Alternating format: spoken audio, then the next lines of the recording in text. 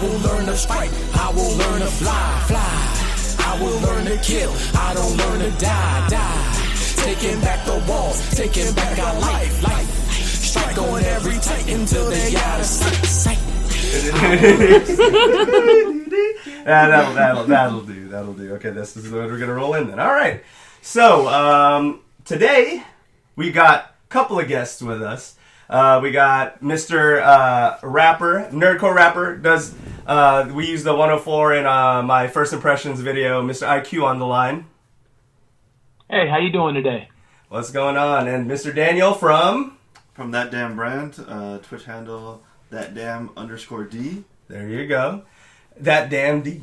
There you go. That works out. All right. So we got it going on. What's been going on with y'all? I know EyeQ, you got a lot of stuff going on. So I'm gonna roll yours in a second, just to like kind of get caught up and catch up with like the recent events, because I know you got a lot of blow ups happening lately. So we're gonna go to that. So what we'll do is we'll just go ahead and go around now. We'll start Daniel, Josh, Mal, and then I'll start EyeQ section and everything, because he's got a lot of like awesome developments coming in. So, Mr. Daniel, how's everything been going with you? Pretty good. We've been streaming some Xbox games on our PCs. There you go. Because this is the world we live in now. So we just finished Gears 5 on Insane. Right now we're playing, there was a lot of technical problems that we had to run into. Oh, God. It wasn't just the difficulty of the game, it was the computers crashing as well. Yeah, well, imagine running it on Stadia. That would be a mess. And right now I'm enjoying the Master Chief Collection, finally on PC. Been playing Reach. And they fixed it, right? Because I heard there were issues when Master Chief Collection dropped on Xbone like years ago. Yeah, so it's different. On PC, we only have Reach. Oh, okay. We don't have everything else. So is everything else gonna come out? Yes. They're releasing. It's like a reverse release. Yeah. Exactly. That's weird. It's an awesome collection. It's just Reach, Reach and TBA. Yeah. They're releasing everything in chronological order of the story. Oh, okay. So it's gonna be weird because I'm playing Reach, which is the most. You're gonna go back to like Halo 1. Exactly. You're gonna have all the old school mechanics that are. That's insane. But that's what I've been doing, streaming that on Twitch. All right, Mr. Josh, what you got going on? Well, there was some Yu-Gi-Oh! News on Friday, so I did a video covering that. The update to the Master Rule, as well as the new anime that's going to be coming out next year, and a mobile app. So a few other things, so you can check that out on my YouTube channel. And got to see Star Wars last night. Nice. All right. Well, me, and John are going to have a thing with that, so we'll hold off on that for now. Yeah. For now. Miss Mallory? I've been playing a lot of Outer Worlds. Yes, as you should. I've been getting really, like, lost in that game, because it's just so pretty, and there's so much to do, and, like... Is that the way you say you don't know what to do next, or... Wow, look how pretty this game is. I'm not stuck. This is me exploring. Pretty much. But, it's really, like, just from what I've been playing, it's really fun. It definitely keeps me out of having to deal with drama and stuff. So that's been nice. Finally gave you guys my friend codes on Switch. Yeah, it took a fucking, like, months. Daniel gave me his shit, like, right away. You know what? Whatever. And yeah, other than that, I finished Sabrina finally. Talked to Solo about it a little bit. Nice. And then starting, I don't know what to start next on Netflix. So all right. I'm just trying to find out. That's exciting. All right, and then I'm planning my trip to SoCal. Oh yeah, that's the other thing. Oh, there you go. You can do that. Are you doing any like cons or anything while you're there, or is it just to hang out? I think we're just gonna hang out and see like what's going on, because it's gonna be during Christmas anyways. Oh, okay. So I leave Christmas Eve and then I'll be back the 27th. All right. So I was just gonna see what's ever in that area at the time. So sounds good. I'm excited. All right, and I've been playing more Celeste, which is always fun. I just love I love games like that, Katana Zero and everything, where you're purposely, you're going to die like a million times. Your death count's supposed to be high, basically, because you're learning the patterns and how to get through a room and everything. And I absolutely love games like that. The main thing is that Katana Zero, I got stuck on, like, the end boss, whereas on Celeste, so far, so good. I got, I think, 50% through on my PC play, and then I restarted on Switch because the Switch is the perfect excuse to rebuy every game that's ever come out, because it's just... Josh and I were talking about this the other day, and I've had this conversation, I bring this up a lot, is that the brilliance behind the Switch is just the fact that it's always there. Whereas you have to, like, boot up your PC or, like, get your PlayStation or Xbox ready to actually start a game. Like, the Switch is, like, right there on my little Sonic stand, and I just grab it. I always keep mine in sleep mode. Grab it, turn it on before I would even get up to hit the PlayStation, and I'm just like, oh, okay, cool. And there's, like, a decent library on there. In fact, a great library on there, because, like, there's a lot of games. Like, right now on Switch, and time we're recording, there's, like, 800-something games on sale right now. And so that's not even half the games that are out on Switch right now. Props to Nintendo for the third-party support. Yeah, finally. That's what killed the Wii U, you know? It's like the Wii U... the first party titles on there were great, but there were no third party games. And then the misbranding and not promoting it well, where everyone thought it was a new controller for the Wii. Is it an add-on? Is it the Sega 32X or something like that? That type of thing. It's like, there was confusion behind that. And then the other thing I was playing was Ashen lately. Probably it's that Souls-like that finally got me. I always have been obsessed with roguelites and Souls-likes, but I'm bad at them. Ashen, because of the co-op AI partner and the fact that you can do co-op with other people, I've had such a great time playing it in terms of easing the world in. Doesn't seem so intimidating when you have someone that's actually gonna... The co-op partner isn't always there too, so they kind of like join in and out whenever they want to, like a real, like, an Anon partner would. And so because of that, I found myself when I'm getting into a tight situation, and here they come, and I'm just like, oh yeah, it's a cool feeling, like, it's like some guy just actually came out of nowhere to help you or whatever, which is really cool. So that's what's been going on my week. Mr. EyeQ, you've got a lot of stuff going on. We'll kind of break it down and talk about it one-on-one. How, you want to talk to everybody about how your rise on Twitch has been going? Oh, man, it's been going pretty cool. I finally got affiliate, so I'm excited about that. Putting in a lot of hours playing. I mean, because I play a lot anyway. I like a lot of first-person shooters. So that's been pretty cool. And just getting used to, like, all the changes and stuff they've made to Twitch. Right, Since the last time I really, like, just started playing a whole lot. Because I'll get on and I'll stream, but the inner workings of Twitch have been like a mystery to me for a good while. So it's really cool because the further I go and the more like I continue to stream, I'm like researching stuff and trying to find things out because, people are actually starting to tune in. That's really cool. That's a cool feeling. I know that you have quite a few regulars, and like even on my end, where when I was streaming, unfortunately, because of my like content creator schedule on running the podcast and then my weekly videos, has left me little time alongside a 9-to-5 grind of like streaming as well. Because before I was like focusing on videos again and the podcast, I had lots of time to stream because like whenever I wasn't at work, I would just stream. But yeah, you're right. Getting that schedule, getting those. When you start to see those regulars that you see all the time, that's such a good feeling to see the people who keep tuning in, and then you start to kind of get to know people and whatever, and But as you grow, that's really awesome. There's a lot to learn. I mean, even when I had all my stuff set up, like learning how to do an overlay and learning how to do like the pop-ups and have everything that way, like it's. There's a lot to do. There's a lot to get set up on your Twitch to get everything going right there. But that's really cool that you hit affiliate, man. That's really awesome. That's a really big step. Yeah. Like that's what a lot of people thrive for. So that's really cool, man. Yeah. What have you been playing on there lately? Been fun. Lately I've been playing a lot of Call of Duty. Oh yeah. But also, my go-to game is Overwatch. So. Whether I'm online or not, I'm probably playing Overwatch a good chunk of my time playing on my PS4. What SR are you, by any chance? Yeah, say that again? What SR is your main, like, DPS? Well, I play a couple characters. I love robots. So anybody who's a robot, I'm probably going to play. But for the most part, I play a lot of Bastion. Okay. And depending on the need, I'll play Orisa.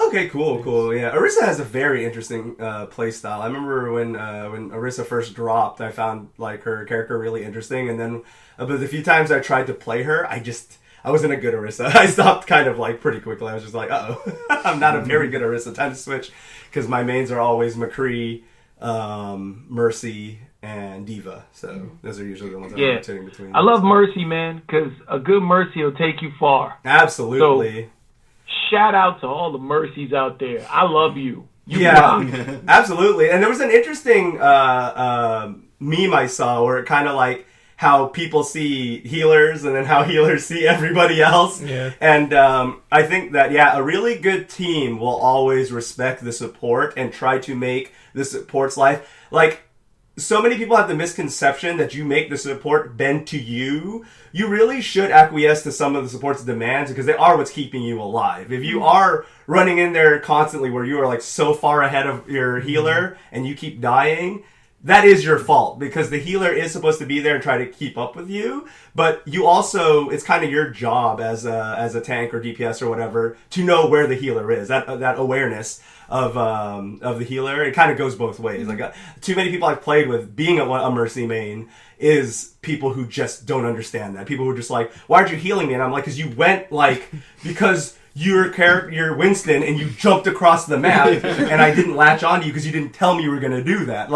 It's those type of things where people don't understand how, when the support is doing you like that, it's very important to kind of plan with them, communicate a lot. I mean, communication all the way with everything, but I feel like especially if you work well with your support, that's the best way to go. So much about Overwatch.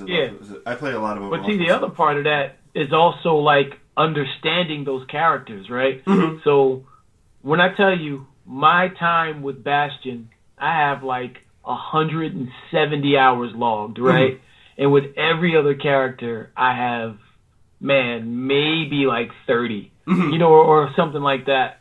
And until I started actually jumping into other characters to understand the things that they deal with when they're playing, right? It was hard to understand other roles outside of just the healers that I liked, right? Mm-hmm. And that part of everything is not just understanding their plights, understand their powers, understand, what their cooldowns look like. If you like playing Reinhardt quite a bit, after a certain amount of time, you have to give him some time for his shield to recharge. Mm-hmm. But if you don't understand that, you just get mad and you're like, well, man, why did he pull his shield down? Yeah, because everybody has those. Yeah, everybody has those little things, and I don't think people take the time enough not to only understand the play style of the person they're playing with, but to understand everything about the characters that you're playing with and how to best assist them. I don't play Bastion like a straight DPS. Mm-hmm. I play Bastion like I'm playing Halo, right? So I have a couple of rules. Number one, all tanks must die immediately. Mm-hmm. So even if I die, my biggest goal is to kill the tank before he kills my team, mm-hmm. right? Everything else is more I play like a support character. So in other words, if I'm needed to do a chunk of the killing, cool, I'll do that. But I'm trying to keep everybody else alive. So if you're, attacking somebody, I'm also attacking with you, right? To make that easier. Or if I can touch him before you do to make you kill him a little bit easier, that's what I feel my job is as Bastion, which is a little different from what I see some people do.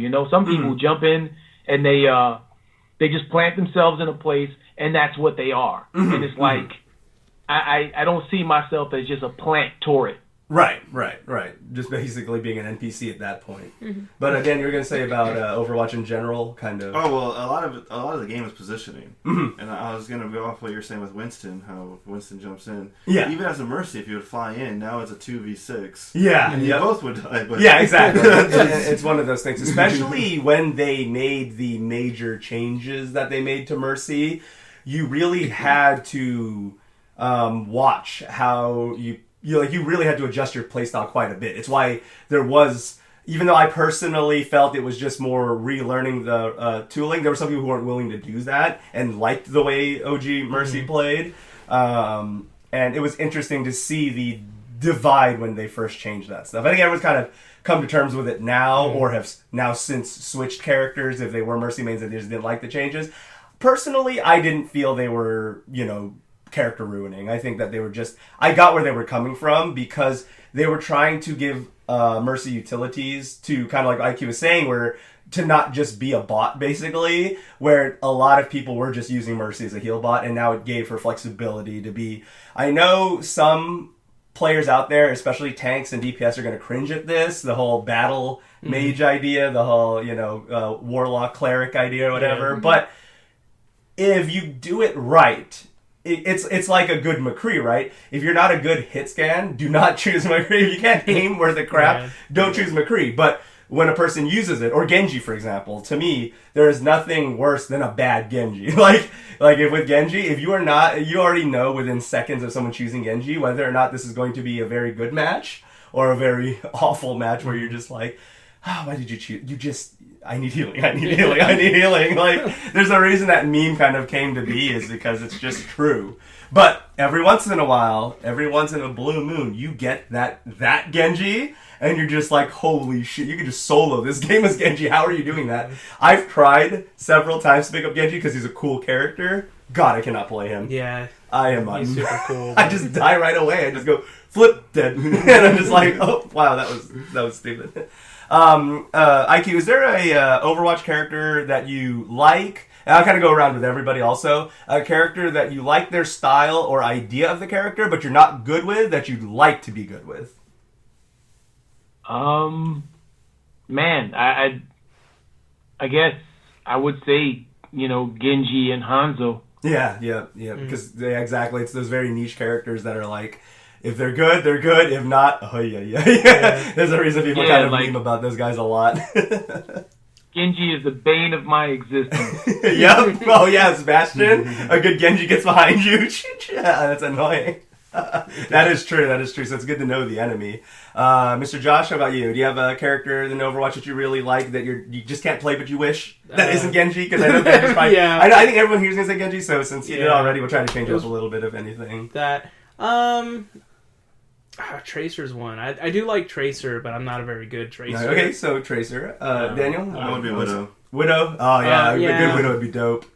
Any Overwatch character? Oh, yeah, because you don't play Overwatch. Get out of here.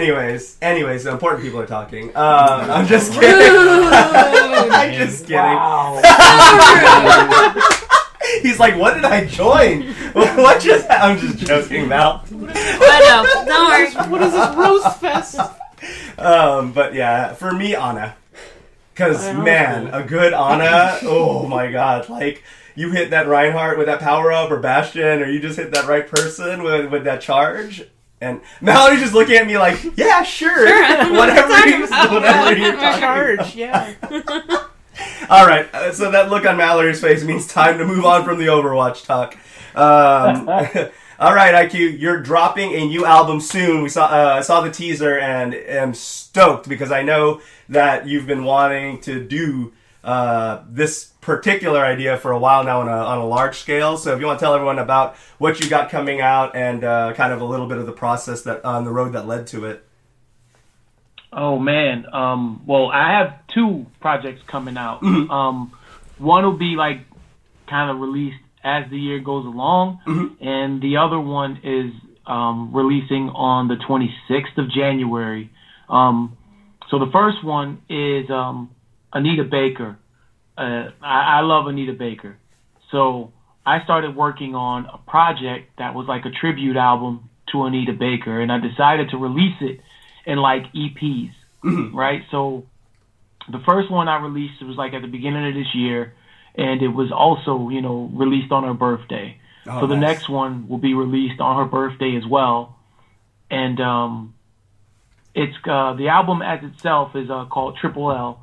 So it's Live, Love, Life. And pretty much the themes behind the songs are all related, to things of that nature. So, living, loving, and life. So it's been a long time coming, man, and I'm really excited. And I feel like in music, we have lots of people that we cherish and we love, but a lot of times those people don't see that, right?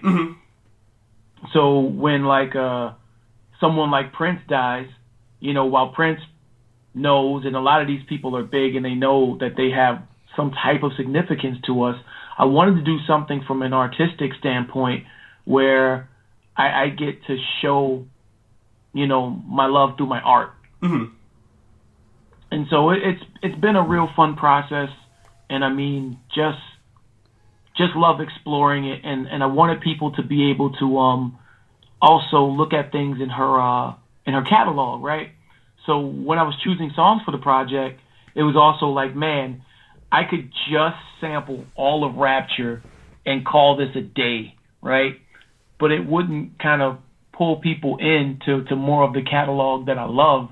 And if you listen to her, you know, it's really cool to hear how she changed, to hear how her sound is just so timeless, you know. So for me, you know, ask anybody who knows, I'm like the biggest fan, and I'm just real happy to finally be putting out this next part of the project, and you know, seeing how people react to it. Nice. Yeah, no, I remember when you dropped the your first song when you were sampling Anita Baker, and I remember how passionate you would get every single time you would perform that particular song. I said it to you when we first met a few years ago at that show at Fitzgerald's with Ran and Sky Blue, and I had told you then already that like it was the first time I had heard of you, and you had just dropped the Attack on Titan concept album and everything, and that was really cool. And I was mentioning that, you know, the way you performed on stage is really different than what I would see from other artists. And I wasn't trying to say that in a very cliche way. It's just the way that you really carried yourself and everything. Like, you were definitely one of the artists where I actually could, like, feel the how heavy, you know what I mean, your passion was when you would perform a song. So when you would do the Anita Baker track, even though at the time I actually hadn't heard much of her, it was actually you who introduced me to Anita Baker. So it's one of those things that through your tribute, you know, you kind of carry that along. But what made me interested, aside, you know, the part that you sampled, was hearing the way you carried it. I was just like, this guy loves this, you know what I mean? And like, and I could really hear that. A lot of people will say it and then they don't really transcribe it, and that may not be their style. Perhaps they're trying to be subtle or whatever. But the way you carried yourself, again, when I first heard your first Anita Baker jam, like that was like, again, I remember it because that made me actually interested in looking into her more. So, I mean, if that means anything at all to the point that, you know, your passion project has kind of sparked interest, I'm sure, you know, that that's kind of a very big point of it, is to share her music as well as your own. So yeah, and I mean, if somebody else ends up listening to her and loves her like I do, like, that's what I want to happen, right? You know, not saying that she needs my help at all, because she's already huge, right? Right. But, you know, at the end of the day, I still want people to kind of see what I see. And for me, she's been very instrumental in a lot of parts of my life where, you know, her music got me through a lot of really tough times growing up. And so I think about all of that stuff, and I have so many kind of like memories that are tied to my life, right? And writing the album, it was also the same. So as I was having experiences in life, you know, like, it actually took me a while to write the project, because I was writing it as my life was happening. Mm-hmm. And that part of everything, you know, when I perform those songs, they're directly tied to experiences in my life. You know, be they good, be they bad, be they amazing. You know, I think that part of everything is what made this really special for me, mm-hmm. because it wasn't like I just chose a bunch of samples and I decided to make songs, you know, just willy-nilly. Right. It was more like, you know, every one of them had some type of significant value to me. Mm-hmm. And that part of it was like, okay, we would kind of start working on the track, and we would go and we would choose the sample that made a lot of sense. Mm-hmm. So like me and the producer that I was working with at the time, mm-hmm. you know, he was younger and wasn't as deep into Anita Baker. Mm-hmm. So literally I gave him a bunch of her music and was like, look, you know, like we're gonna sit and we're gonna listen to some of this. So imagine like, you know, two grown men in a house just blasting Anita Baker. That happened. Yeah, for sure, for sure. You know, that part was really cool to me, just because it was like showing somebody the things that are significant and how we connected to those in different ways.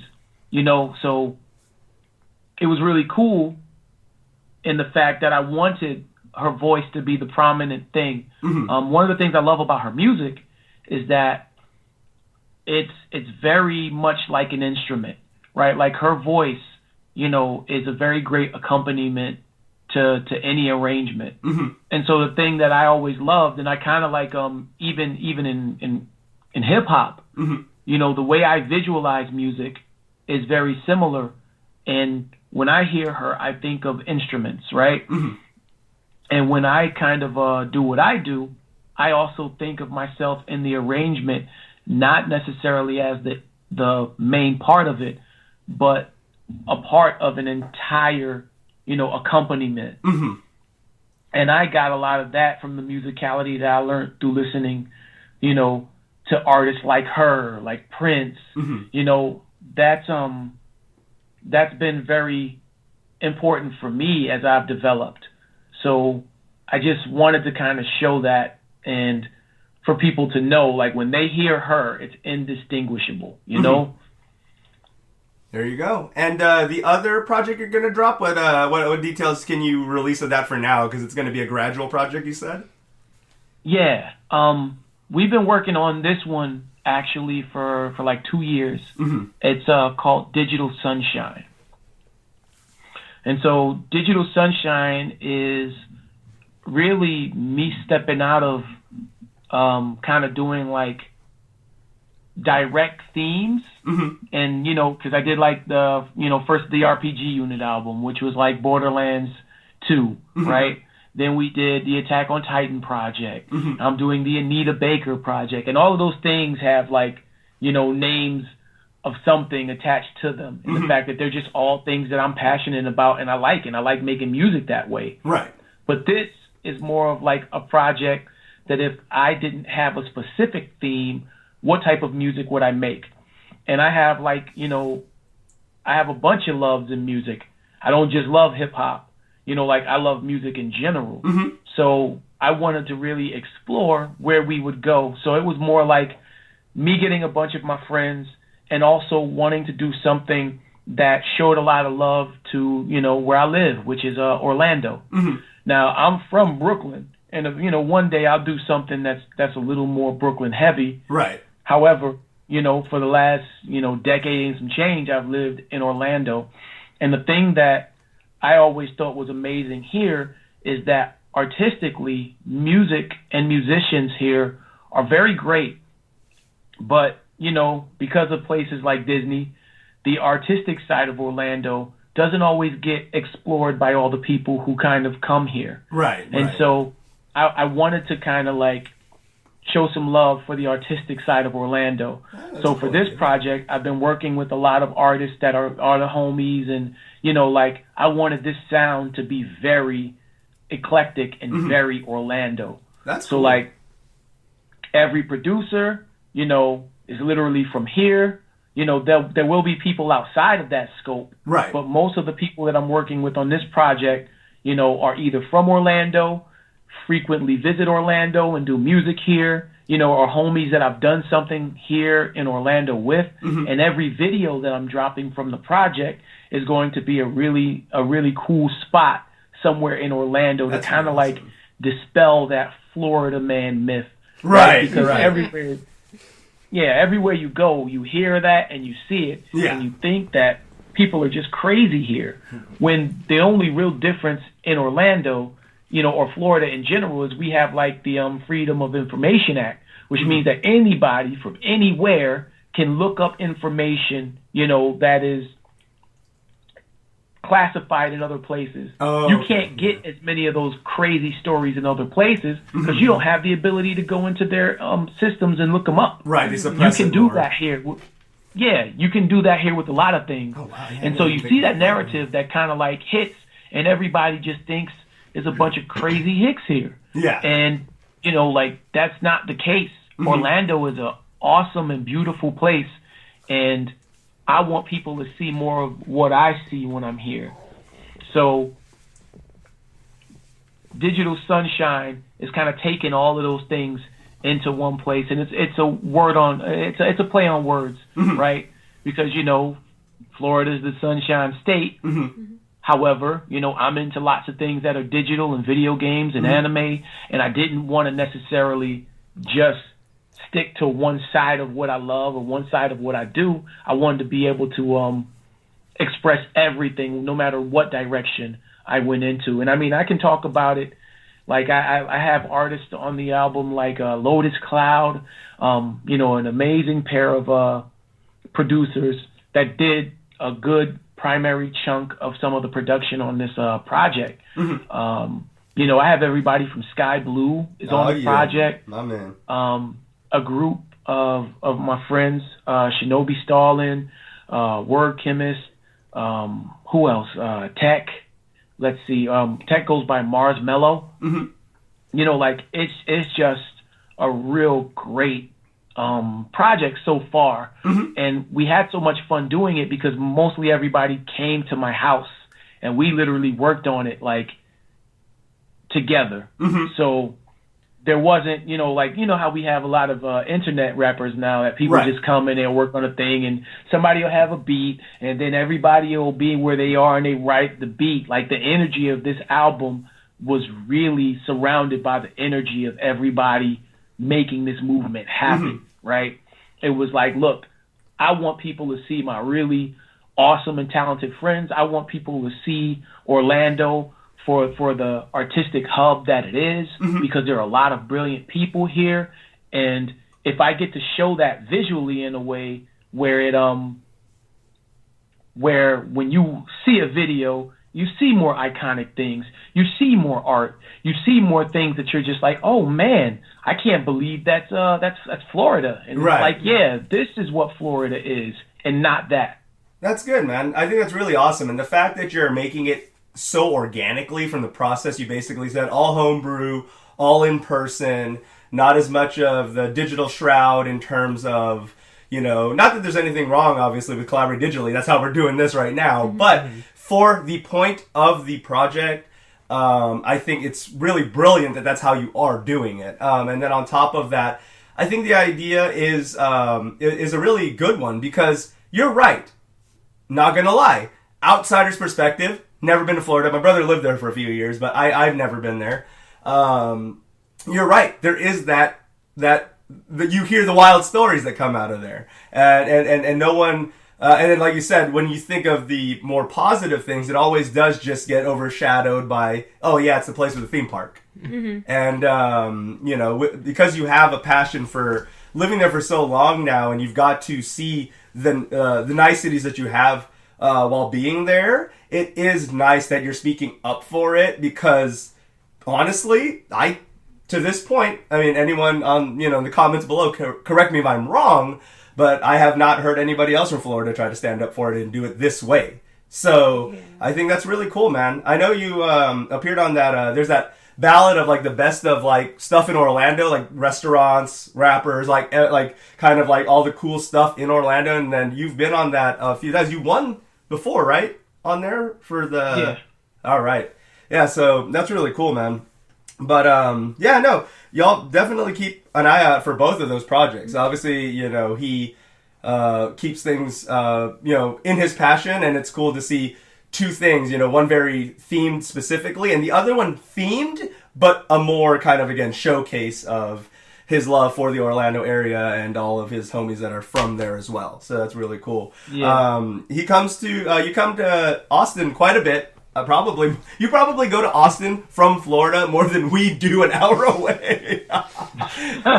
But that's really cool, man. But you're gonna be at PAX South, right? Yeah, I'll be at PAX South this year. It's always a great experience coming out there and getting to hang out with the homies as well. Oh yeah, so no, we'll definitely I'm excited about that. Yeah, dude, we got to definitely hit it up, hang out for a bit while you're in town. It's really cool that you're going to be in town during that time period. So we're definitely looking forward to it. I know I'm off that weekend, so Oh yeah, we're making plans, and even if we can't, we're still still trying to see exactly how long or when we're going to go to PAX. But even if things come up, or if it's on a day that we may not go to PAX, like say it's like a Friday and we're only going on Saturday or something like that, we'll definitely hit you up while you're here. We definitely got to get some good eats, maybe catch a couple drinks or hit up the after parties. So we're definitely gonna get that going while you're in town, man. Yeah, that sounds like the plan to me. There you go. Great. There you go. Are you playing? I know you said a lot of Call of Duty, a lot of Overwatch. Have you been able? That's a lot already, especially from streaming. But have you been able to squeeze any other games in there that you'd want to talk about that you have been playing lately? On the stream, nah, I pretty much do shooters. All right, there you go. However, I will be doing I got a couple of other games on Black Friday, because they were cheap and I could get them. There you go. And so I am gonna throw in because I love RPGs as well. Uh-huh. And when I first started doing trying to do more streaming, I was playing Final Fantasy 15, right? Which I call Final Fantasy boy band edition. There you go. That's exactly what it was. Pretty much. I love that. But it's a great game, man. It is. I love it. The storyline is super dope. Yeah, it was really epic. Yeah, I'm gonna go back to that one. Nice. And at some point, maybe I know it's kind of older now, but I enjoy Persona a lot. Hell yeah. Yeah. That's what I'm talking about. Especially as someone who loves music as much as you do, you cannot help but love the soundtrack from Persona. Oh my goodness, man! It's always so amazing. Yeah. You turn around and you're like, man, I would love to be a musician on that, or just to get to meet some of the musicians who worked on it, because it's always just so great. Yeah, it's mind-blowing how good the soundtrack is to that game. If anything, I always tell people, even if you're not sure if you'll like the Persona games, if anything, check out the soundtracks and tell me you don't love that. It's just so well written. It's a masterpiece musically, especially. Man. Or check out some of the musicians who worked on it, man. Shout out to the homie Lotus Juice. Shout out to Shihoko. They're great. Yep, absolutely killing it on that. And of course, a lot of good independent works as well. So that's really cool. Mr. Daniel, what have you been playing lately? It's been taking up your time. Gears and Reach. Gears and Reach, pretty much. Yeah, that's a lot to do there. On Halo, are you playing it on the highest difficulty already, or do you guys usually run it normal first, then? So we run the heroic, because I believe the developers have said in the past that heroic is the true.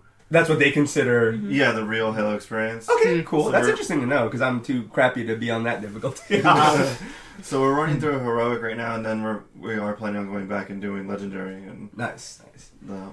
Man, I remember trying to run 2 on legendary, and God, it's fucking hard. It's crazy. It's so easy to die in that game on legendary. Like one sticky grenade, just even near you, and it's the damage is so much higher. It's just But no, that's definitely a lot of gameplay going on there. And you're streaming all of that? Yeah, we stream.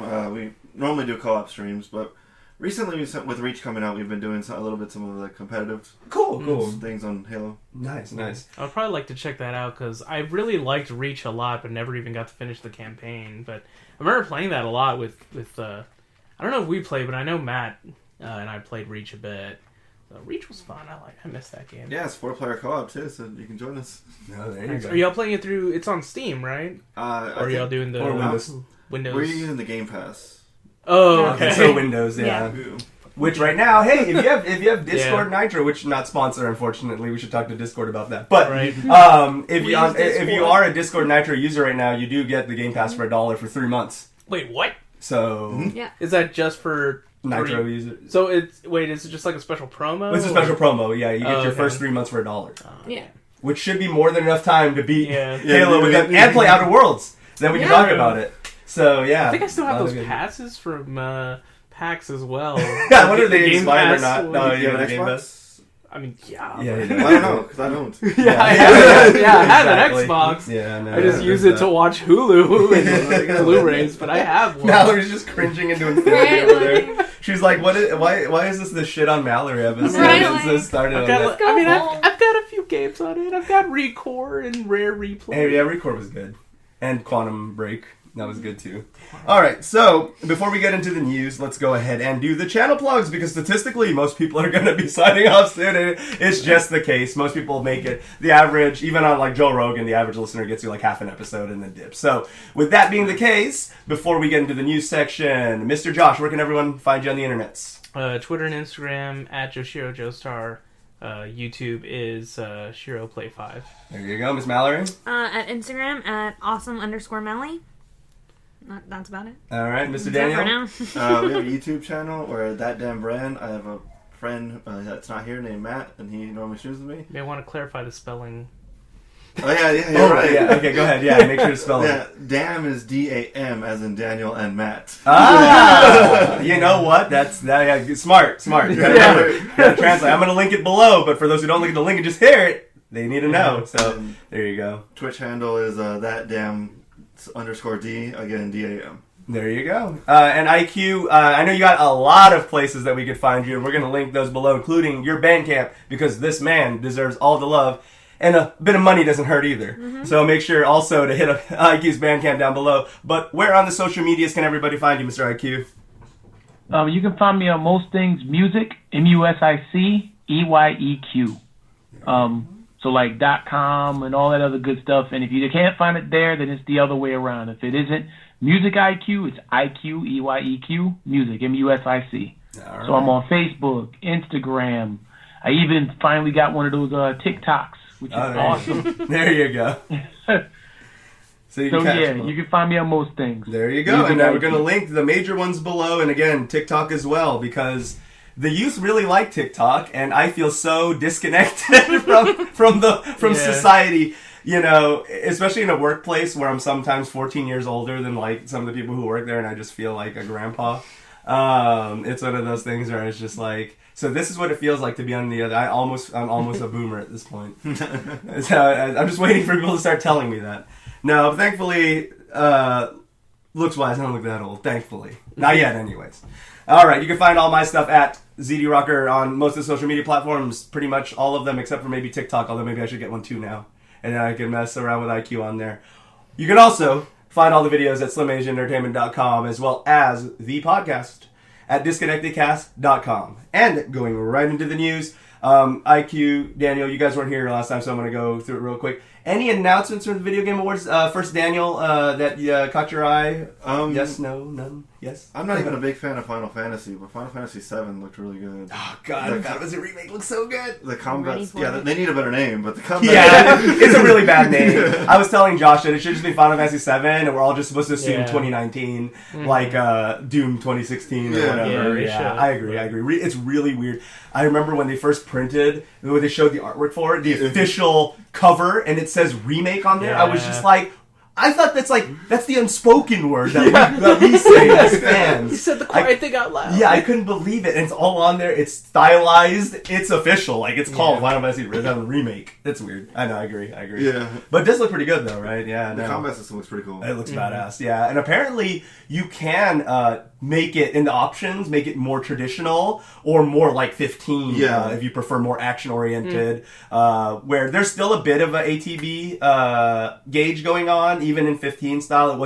It's not as pure real time as people think, but it's definitely more real time than slash, jump back, stand, like that type of animation. But you can apparently adjust it to make it a little more traditional or a little bit more modern. So that's really cool. I think that's very important to promoting a game like that because it's really good. And it's interesting, it looks like they're actually going to do the full game because when the project was first announced, my biggest fear, among many other people that like the original game, is that it was going to be a Reader's Digest version. It was just going to focus on Sephiroth versus Cloud, which anyone who played the original one knows that's a very minor part of the story. It's like a side novella to the actual big point of the game. The game was a very big political statement. It was a very, especially at the time, and now more than ever, you could argue very relevant to corporate, we talk about video games on news and the corporate corruption all the time on this podcast. More than ever, you could even relate it to today's times. But yeah, no, it's really cool. Anything else catch your attention, or pretty much? Well, actually, the Xbox console. That's interesting, right? It's more almost more of a PC than anything. It seems like that's what they're going for, which is smart. I think it's smart because If you can't compete with PlayStation in the console market, become BFF homies with the PC people. But all consoles are already PCs. Yeah, they're just they're non-moddable, not as high tech as the current top of the line PC. It's just the OS, and even the new consoles are using recent hardware. Like maybe because I'm really big into technology. Right. I follow the new consoles to see the hardware because they kind of set the baseline for what the PC is going to be doing. You know, like you're right. Yeah, absolutely. So the better that they are, the better my experience is going to be as well. So. Yeah, you're true. That's very true. A lot you can consider it a lot of R&D for the PC people, basically, and then that'll accomplish later on what they're going to have with their fancy 8K. Uncapped frame rates and ray tracing. That's the world we live in. Mr. EyeQ, did anything get announced recently at the TGAs or otherwise that you were interested in? Any game announcements that caught your attention lately? Not really, to be honest. Mm-hmm. I did like, however, that the new Xbox is going to be like actually backwards compatible. Yeah. Instead of the kind of like the beta version that they did for 1 to 360. Yeah. And then, I really appreciate them kind of... waves. Yeah, and they did it in waves, Which this one, of course, is supposed to be fully... the PS5 is supposed to be doing what Xbox did last gen, where PS5 is doing a semi-backwards compatible... backwards compatible asterisk with certain titles. Yeah. So PS5 is kind of getting... It's kind of funny. We talk about this a lot, and I know that the people listening that are tired of hearing about Xbox... And the funny thing is, I'm not even pro Xbox, but I bang on about it a lot because I feel that it needs to be given where credit is due. And Xbox does set a lot of the things that PlayStation has now. Xbox set the standard for before. Like, PlayStation didn't know how to do online. Xbox introduced Xbox Live, a proper network, chat parties, and then PlayStation, the next generation, absorbed all of that, and we're just like, these are great ideas, instead of having a very convoluted skeleton online system. So they do a lot for the tech of it, as well as, any type of developments in the actual drives and everything like that. The original Xbox was totally the best. It was powerful as all hell. Yeah, that was the fact that there's a reason that Morrowind was playing on my OG Xbox and would have just shit the bed on PS2. Like, it wouldn't have even run on PS2 because the hardware wasn't there. But yeah, no, it's really cool though that they're going there. But yeah, I agree, man. Like, it's very interesting that they're going that route. Aside not knowing Splinter Cell had shitty ports. Yeah, exactly. And so aside not knowing how to name a console, Microsoft definitely knows what they're doing on the tech side. They just are very there's a big debate right now of who's worse at naming stuff, Nintendo or Xbox. You could laugh at PlayStation for just adding a number at the end, but hey, there's no confusion. Yeah. Everyone knows which one came out if it's not and broke. Then that's it. Exactly. And then you have Wii U. At least the Switch is probably one of their better naming conventions in a long time. So at least there's that. But then the Xbox has just been so confusing. Xbox, okay, fine. Which is funny because even that's kind of a bit of a faux pas because that was actually one of the... that wasn't even supposed to be the official name of it. The reason they only called it that is because it ran on DirectX. So the temporary name was supposed to be Xbox. But when it came to launch time, no one could think of anything better. So they were just like, whatever, fuck it, Xbox, that's what it is. Then the 360 came out because you do a 360 and walk away, which is still one of the stupidest things, and I still love that meme. I still don't understand the naming... Like, the idea behind it. Like, the Xbox One. Yeah, exactly. We talked about it last time. The one makes sense. It was supposed to be your one entertainment system. Yeah. Well, that's the 360 was supposed to be, no matter what you want to do with it, you can Okay, so it was a bad version of the Xbox One naming convention. Okay. Yeah. Then you make your third console Xbox One, so then Xbone. And then you had the Xbox One S, the Xbones. Then you had the Xbox One S all digital, the Xbone SAD. And then now you have the X-Sex, or the Xbox Sex, or the X whatever, Xbox Series X. I thought they're just calling it Xbox. No. Okay, so that's the thing, right? They're going back. They actually, so that's the thing. So that's actually one of the topic points. So we're bringing it up right now since we're in the conversation. That is actually the case. So the Xbox Series X is the high-end version. Yeah. The actual console is called the Xbox. Oh, jeez. Nice. The Xbox 2020, basically, in parentheses. The Xbox remake is one of the most. It's like they're trying to top the last bad name over and over again. How to make this more confusing? How to make parents not be able to walk into a store and get the right thing? Yeah. When they come back with an original Xbox and give it to their son for their birthday and go, I got you an Xbox. If you could find one of those in the store, I'd be impressed. Yeah. Especially the green translucent one. Yes. The green translucent one was, that was dope. That was pretty well, cool. You got to consider what Microsoft's trying to do, though. Microsoft's not trying to make a console anymore. They're trying to make a platform. Right. Which is why they're expanding to PC and why there's all those rumors about the Xbox Pass coming to Switch. That would be so interesting because they're already helping Switch with netcoding. Mm-hmm. Some games are running on Xbox Live on Switch. Yeah. Mm-hmm. So yeah, you're absolutely right. And that's the thing. It was smart for them to play nice because Xbox was very smart with that because everything you just mentioned, it's so amazingly perfect with what we talked about last time. Because that's the thing. It is more of a platform. You nailed it right on the head without even knowing that that's what we covered last time. And that's the thing. And they were so smart. When they finally realized that there's no way they're going to be able to overtake the PlayStation head on, they were like, okay, what can we do though to kind of expand this? And by offering to help with everybody, because let's face it, the most stable online is on Xbox. Like PlayStation's netcoding is a joke. Nintendo hardly knows how to do online. Yeah. So Xbox, the fact that we're still sharing friend codes in 2019 is add a insane. Username, search it, and how add is there? PlayStation, of course, had issues with usernames too. There's a reason you couldn't change your name for the longest time on PlayStation, and it still causes issues. So those who want to change your name, be careful because even though it took 12 years to do, it can still mess up your stuff. You can now, especially for older games, if you go back on PS3 after changing your name on PS4, it could cause licensing issues where it'll be like, Yakuza 4, it belongs to X Stoner X9, not X Big Boy X2. And then even though it's the same guy and he just switched his username, somehow Xbox totally sidestepped that entire problem since the 360. And so I don't know how PlayStation still is having that problem. But to be fair, right? I also think over the years they kind of spent time not just competing but exchanging with one another. So like when the Xbox and the PS1 came out, right? I love the Xbox way more than the PS1, but the PS1 had better games, right? So one console was stronger, the other had better games. PS2 came out, same thing.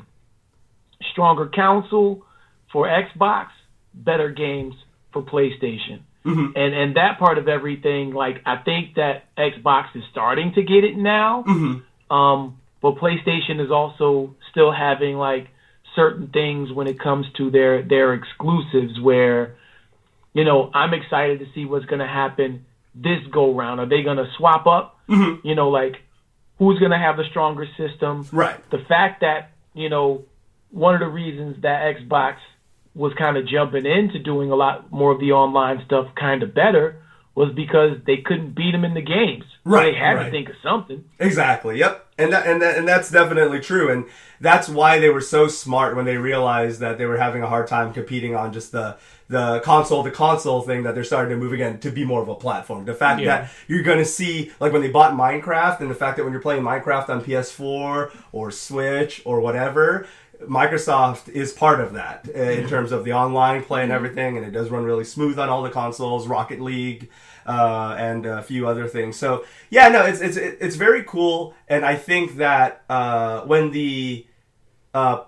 Nintendo almost went out of business because the Wii U tanked so hard they went bankrupt, both Xbox, Phil Spencer, and then whoever the CEO at Sony is, because I remember his name as well, but they both mentioned that if Nintendo were to die, that would probably, above PlayStation and Xbox ever fizzling out, Nintendo dying, being that last console from forever ago that beat Sega, that beat Atari, that beat all these competitors, and they're still standing by doing what they do best, which is being Nintendo. The fact that they just don't worry about what PlayStation's doing. They don't worry about what Xbox is doing or PC is doing. Yeah. They're just like, let's just drop our next console with our beloved franchises. And now that they've made a platform that has that third-party support as well, they've just really found their stride. And it was nice to see them turn around from almost going out of business, actually almost going out of business, to going to a whole 180 where the Switch is now well positioned to overpass the Super Nintendo, which is their best-selling console of all time right now. Yeah. It's already in 2 years, and now entering year 3, going to overtake. It's going to be their best-selling console. Period. So with that being the case, it's really cool to see each of these consoles do that. Where Xbox, where I was going with that though, is that Xbox, I think, is one of those things where you won't, where people in the gaming world. I don't see Xbox, especially with this move, going anywhere anytime soon. The Xbox brand will always exist, even if it's not really a console anymore. Yeah. But I think if Xbox were to go away, it would be, in hindsight, is always 2020, is when people would realize how much Xbox was doing for the industry. If Microsoft was to pull out of games entirely, tech, any type of R&D or platform, I think then people would start to see if there's a lot of network problems or anything like that, they'd be like, oh wow, Xbox is kind of like really good at doing this, and now they're gone. You know what I mean? Yeah. I think that they're that console. Whereas Nintendo, the idea of it going away, everyone knew right away what the impact would be. Xbox is one of those delayed reactions where people would be like, oh shit, ever since Xbox went away, I lag a lot more online.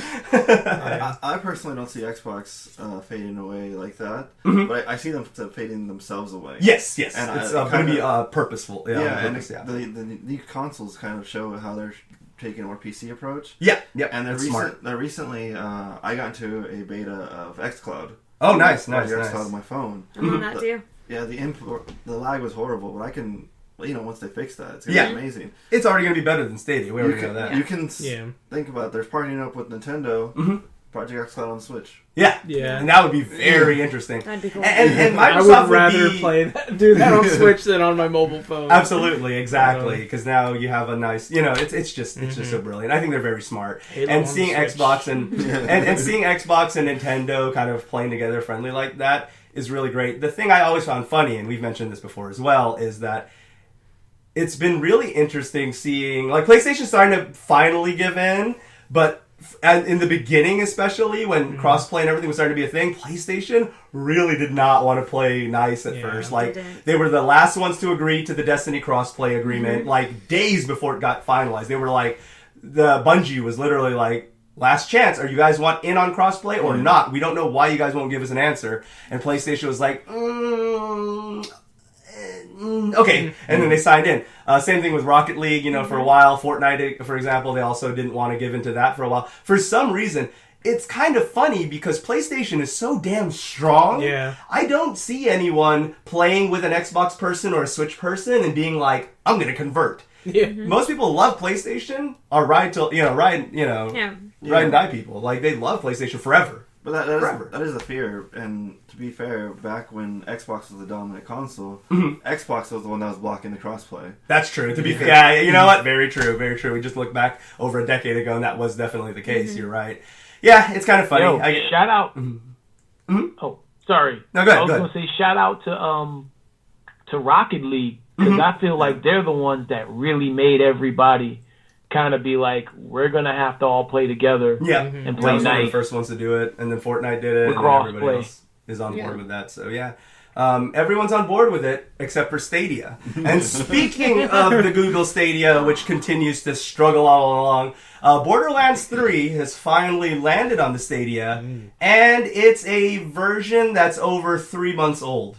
Oh. So it's not even the current version of the game, which is current on everything, PC and all the other consoles. Yeah. Stadia is just now getting it, and it's not even the current version. We had, Mr. Parks from Washington Post, his little thing with Destiny, where he was showing how bad the input lag could get, even with the fastest internet in the United States. He was showing how, for a while, it'll run fine, then he would hit he was playing on mouse and keyboard. He would hit the space bar, be able to do a whole one Mississippi, look at the camera and look back, then the character would jump. And if you can imagine playing Crucible and running with everyone running on a second of input lag or more, like that would be a nightmare.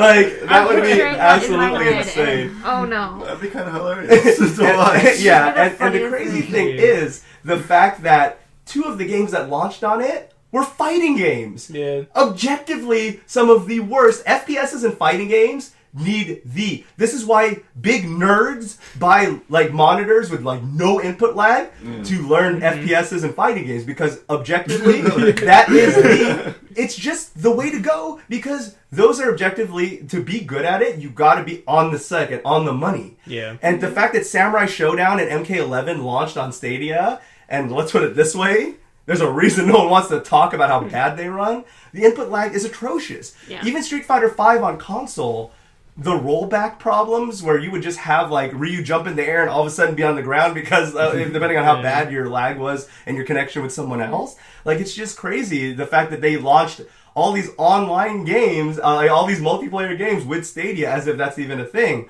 And then not to mention, on top of being like with all these network issues, the fact that we knew that probably the only countries in the world that could have the internet that could run that's like in Japan and Korea probably, who have like God internet.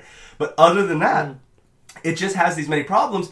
But the problem with Stadia, of course, it also came out half-baked. All these multiplayer share features, the fact that you were supposed to be able to watch a Twitch streamer, and then if you like the part, say they're playing Death Stranding, right, where the game apparently starts at 10 hours in, right? And then you're like, okay, wow, at hour 10, it actually looks like my jam. I don't like this UPS delivery man simulator in the beginning, but I actually like 10 plus, I kind of want to check it out from there. Then maybe I'll start my own thing. Yeah, you were supposed to be able to like get like save file builds off of like the thing and be like, okay, start from where he's streaming there. I want to start there, and you were supposed to be able to do that and whatever. I think it was going to be like achievement locked or whatever. But guess what? Achievements didn't even launch on the Stadia, so there's that as well. I remember when we went through the list of like 30 things Stadia promised that weren't going to be at launch, it was insane. Like, there was so much missing. Like, it was crazy. It's a novel idea, I understand. With xCloud and everything, it's a novel idea, but I just don't think we're there. I'm not going to defend it. Right. You don't, you don't make all these promises and then, like, release that bullshit. Like, you know how many people actually bought it because it came from Google? Right. And they also got canceled on. That was one of the great things is on launch day, so many people got an email that said there's an issue with your Stadia order. Please click here to resolve. And it was canceling people's orders. They were putting the wrong link. They're probably happy. Yeah, exactly. A lot of people. Thanks, Google. Yeah, it was a mess of a launch. It was a mess of a launch. I really think a year to a year and a half tops before they announce the Stadias, because Google has one of the biggest graveyard lists of all time. I understand they also have mastered a lot of tech. Stadia, I don't think is going to be one of the things they're going to master. It's just not time. The world is the idea of being able to go from your phone to your laptop to your console. In a future, in Blade Runner, that would have been a cool idea. But we're not in Blade Runner world, you know what I mean? We don't live with that kind of... Even though we're just not ready we're already yet. in the Yeah, year. even though technically we are, which is crazy to think, right? God, Blade Runner's so good. I just wanted to talk about Blade Runner. But yeah, That's what the whole thing was about. So, It was just to get to Blade Runner. So Stadia... all those woes about the Stadia are like tears in the rain. The best part, can we talk about... I want to talk about this again. I know some of this is rehashed, but I want to talk about when Google was so proud of when they said they were releasing the gender-neutral controllers. Oh, gosh. Which consisted of white, black, and green. Which already exist on every platform in a million colors already. Man, dude, he was so proud of himself when he made that announcement. You He want was to talk about just some like, cool colors, Xbox. Xbox has some dope colors. Yeah, that's pretty neat. When it comes to controller color options, PlayStation has some okay ones, but Xbox is like, I have that. Still want to get like that rose gold one. That purplish pink one there, dude. I love that one. I want to make a custom one from the lab. I love how you can do that, because there are third-party people who will do that for your PlayStation ones. I was telling Josh that this one podcaster I like, Wooly, he got one from this one third-party company, a completely custom PS4 controller, which ended up costing a lot because he did the whole color, he did like a certain texture on the back, then he did like actual like scoff? like a scoff. Like a scoff? Yeah. and then actual switches, like actual like click back like triggers and everything. He had the triggers redone, and like because he wanted it more primarily for fighting games that he was going to play on pad, like MK and whatnot. And like it was insane. But he said like it's cool because you can do your level of customization to a more reasonable price point. He said he went all in because if he's going to do a custom, he's just going to go all out because you're probably only going to do that once and make it yours. Right. But yeah, no, I love the fact that the lab exists, and I think that when PlayStation 6 comes out, that maybe they'll probably start doing that, and it'd be a really cool thing, I think. We're already a year away from the transition point, though. It's already almost Xbox and PS5 time in a year, just in a year's time. E3 is gonna be really cool. It'll be really interesting because right now the only reveal at the Game Award, the first reveal for PS5 is Godfall, which I saw the Gearbox logo and that already turned me off. But the good thing is Gearbox is only publishing it, so there's that. It's also kind of interesting, right? Huh? I forgot what the name of it is. I'd never heard of them before. That's why I didn't write it down. But the interesting thing, though, is the fact that ever since the David Eddings accusations before Borderlands 3 dropped, where Randy Pitchford, he's been accused of many things. Leaving a thumb drive filled with porn and Borderlands 3 plans at a children's restaurant. And he also... thing to have on you at a children's restaurant. Right. And then also going up to different employees and thinking it's funny to give them wet willies when they're trying to develop a game, as well as a lot of other questionable things like being at the hotel of a gaming conference where everyone's kind of chilling out, grabbing the claptrap voice actor by the collar and physically assaulting them. So, but ever since that last one, because Randy Pitchford's also a magician. And he's also the one who lied about alien colonial marines being good. So there's a lot of things Randy Pitchford's done. But ever since the accusations with backed up proof and testimony came out about him actually being confirmed by several people to have assaulted Eddings, he's been out of the limelight. He was not at Godfall. He's been nowhere in the press ever since Borderlands 3 has dropped. He has been told, he has been sealed in a box away somewhere. Hopefully. And it's really interesting, though, how it took an assault charge to shut this man up. This guy who has said gaming critics are trying to fuck him, got into it with Jim Sterling in person where he was trying to bait people into shit-talking Jim Sterling with him and all this stuff. It's just crazy. He's always been a pariah, but finally they took that and then, shut him up. Which is, it's a shame. I want to say everyone in this room, EyeQ included, probably had a blast with Borderlands 2. We may have varied opinions on 3, but 2 was one of the most fun multiplayer experiences I remember ever having. I put hundreds way of hours too many hours into that thing. Absolutely. True. Yep. True. So that's why it was so hard to get into pre-sequel. Like when we were playing, I was like, this isn't like 2. Yeah. I don't like it that much. Wasn't Tales from the Borderlands pretty good though? Oh, that was awesome. It's awesome. I haven't right? gotten to play it. I have an extra code if you guys want one. So yeah, there you go. I think I might already. It was good. I think I have it on PS4. I think. So the question is, extra code on what system? Oh yeah, that's true. Steam. Yeah, on Steam. I have Steam. So I'm saying you can slide that code. hey, that'd be cool. I bought a Telltale pack from Humble Bundle, And then but I already had a bunch of them. Oh, okay, there you go. So yeah, we'll see we'll talk to you after that. We don't say it on string because we don't want someone else Winning. Yeah. Winning. There you go. Yeah, no, it's great, man. You'll love that. If you love Borderlands, you will love. Speaking of Telltale, back to the oh yeah, go ahead. Wolf Among Us 2. Yeah. So before everyone gets too hyped about Wolf Among Us 2, because I am hyped, because easily my most favorite Telltale game. Same. Absolutely. Same. But a callback to last episode, I'm still wary because it's not Telltale proper. So here's what it seems like happened to the Telltale people. What it looks like happened is investors realized that when you contract people and you can cut as you go, it's more profitable, right? Well, a lot of times when there was like a bit of a shakiness with shareholders and Telltale because they were just not being managed properly and stuff like that, it seems like they're still continuing Telltale with mercenaries instead of a proper insured staff with health insurance and benefits. Okay. So it happened to come around that they closed down, quote unquote, lay everybody off, keep a couple of choice people, and now we're running everybody on job-to-job terms. Like a contractor. As a contractor now. It's a little shady, which is a shame, but if Wolf Among Us 2 is good, it'd be really hard-pressed for me to not want to jump in on that. That's some because, Activision shit. Basically, that is something that Bobby Kotick at Activision Blizzard would love to do. That's like a wet dream right there. It is. I just love the fact that Bobby Kotick cannot go on dates now, because when you search Bobby Kotick, without any joking things, just search Bobby Kotick, a bunch of pictures with him and devil horns come up, because that is Bobby Kotick. He is Satan. Like, that's just what it is. Like, it's just funny, though. But yeah, he has said, admittedly, that it's hard for him to get into dates because they Google him and see that. But, so there's that. Yeah, it's great. No, it doesn't suck, because Bobby Kotick's a piece of shit. But, sucks for him. Speaking of pieces of shit, Not we the rest have Riot in the news. We didn't talk about him last time, and some people were getting a little bent out of shape that we didn't talk about Riot's announcements around the TGA time. Were they having a riot about it? Oh god. So aside being an extremely Sorry, not sorry.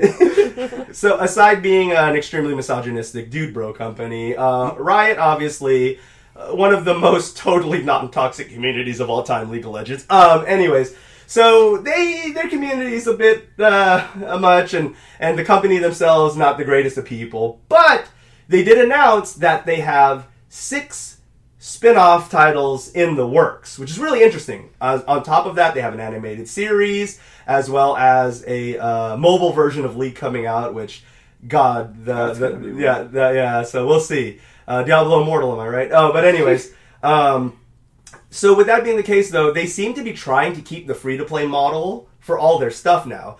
Man, I didn't realize how many characters exist in League now, first of all. It's like 100-something now. It's insane. Which is like, how do you keep that balance? You don't. That's why there's only like a certain handful of people that are like used, because everyone else is out of meta, because how do you balance that?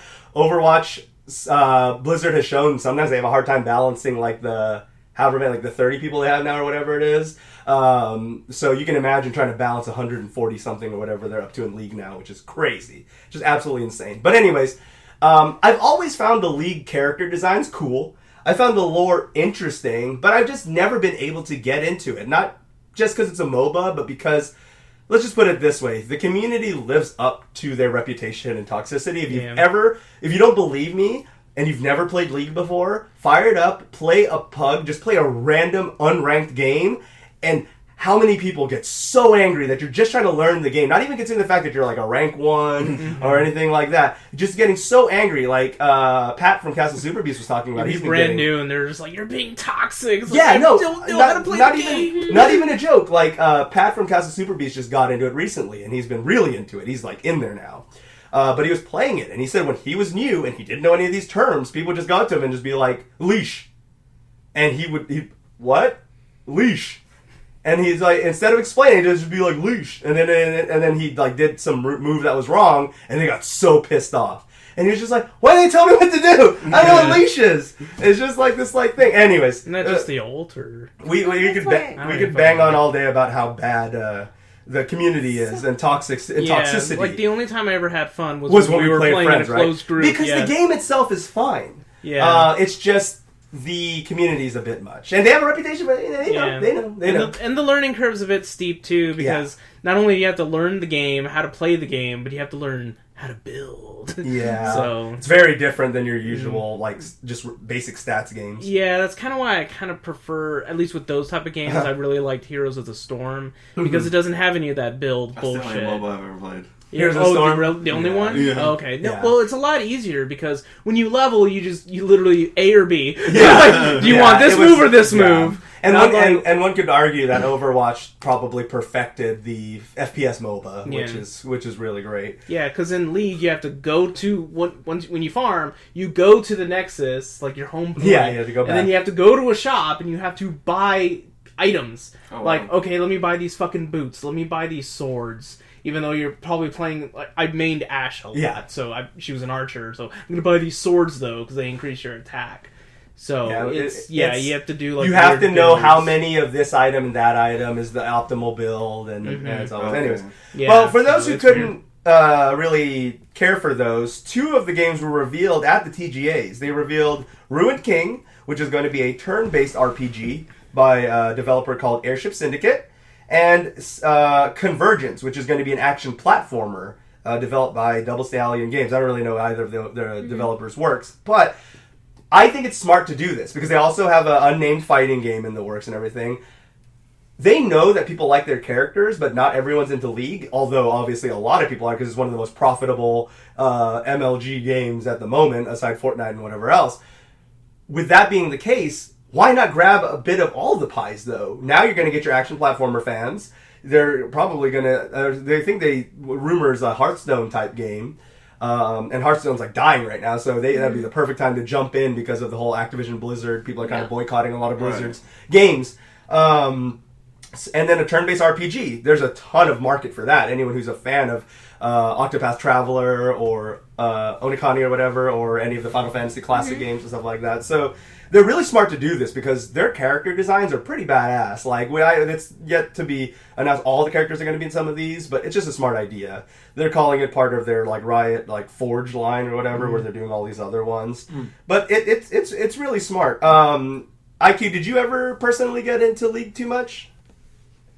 Not really. I have a bunch of friends that lost their souls to it, though. Yeah, no, that's that. It's some people really went in. Like, people were telling Pat that. Like, people were watching Pat play, and they were just like, I really shouldn't get back in. Because the last time I was in, like, I had a hard time getting out. I was gonna say, I remember when we were at GameStop that one time, and that one dude was telling us how he just got into League, and then he came in and started buying, like, every single pop figure they had for League there. Yep. He's like, oh, you guys into it too? We're just like, it's cool. I like Jinx. That's what I was there to buy. I was just there to buy the Jinx pop figure. Yeah. But I think that was also when I bought the Ash figure. I don't know. I think it might have been the same time. Yeah, it might have been the same time. Yeah, that's like the only League of Legends thing that I own. Is just a pop figure of Ash. So there's that. But I think it's smart. Oh, they're also doing a shooter, which is currently temporarily named Project A. But yeah, we'll see. It's Overwatch-ish. It's Overwatch-ish. And that is so smart because if they do keep the free-to-play model, a free-to-play fighting game, a free-to-play whatever. I don't know how they're going to do that with the action platform turn-based. Maybe those are going to be bought. But for their competitive stuff, like the FPS and the what the hell was the type of game I just said it was going to be? Fighting game. Yeah. Those are supposed to try to maintain the free-to-play models with the purchase of additional characters with a rotating season with whatever. I know me personally, I'm not too keen on fighting games with a free-to-play model because it's like, I want to have the whole roster available to me. To mess around with, right? Yeah, because even though a character may aesthetically look cool, they may not fit my playstyle. So the only way I could see that really working, because I agree with you, and I'm the same way with fighting games, is how do I know who I want to play as if I can't touch them, right? Like, especially in a fighting game, it's very important. Like Killer Instinct, I was like, I'm not touching this unless I buy... everybody. Yeah, so I bought the pack to make sure I had like a plethora of characters to choose from. So the only way I see that working for the fighting game, because I think a lot of people are like that, is... make your money through cosmetics and then like alternate maybe animations or something or alternate voice line packs. Like go that route. Obviously, I personally am not a fan of a lot of this free-to-play shenanigans, but again, if you must, as long as the actual main game is truly free and you're not selling it in segmented chunks, I'm okay with that. Or loot boxes. Or loot boxes. God, loot boxes. But there's that. But yeah, no, that'll be very interesting. Let's see. Witcher is in the news a lot lately because the Netflix show dropped. Didn't check it out. Like The Witcher too much. I'm really afraid to, but I'll eventually check it out just for a laugh because Cavill as Geralt is the funniest thing ever. Superman is Geralt, but he's not the only one who got the short end of the stick. The author, for those who don't know, let me give you a little bit of backstory on that. The author, I don't know how to say his name. It's like Andrzej, like Sapkowski or whatever. Anyways. The book series was so niche at a point that they weren't even being properly... For a long time, it was just fan translations, is how you were able to check it out here in the States. Then, CD Projekt Red, a little company back in the day, founded Good Old Games, now doing Cyberpunk, and of course, the Witcher series. When they first bought the license from him, they... and it's an infamous thing because he was so toxic about the relation... They approached him about it and said, hey, we think The Witcher's a really cool series. We think we could make a great game out of it. We would love to work out a licensing deal with you. You can do royalties over time, or you can do some payout now. Like, what are your terms? And he was just like, video games suck. And nobody cares about video games. Like, you guys are going to try to make a fucking shitty game out of my franchise? Fucking whatever. $4,000. that was the day that CD Projekt Red acquired the rights to The Witcher for $4,000 American dollars. And have now since turned it into a multi-million dollar franchise. 1 and 2 were a bit underground. 2 got a bit more traction. But then Witcher 3 dropped and exploded. The author is a bit mad. Went back, said that he was swindled, even though the quotes clearly show he had no interest in making a game out of it. He just laughed at the idea. He's super old, by the way. He's like fucking like 70 or 80 or some shit like that. So he's very disconnected and really doesn't understand video games. That's what it was. He didn't really understand the effect. The fact that video games are like the biggest entertainment industry right now. The fact that Red Dead Redemption has had a bigger opening weekend than like any movie basically is like crazy. Like even though the game itself was all right.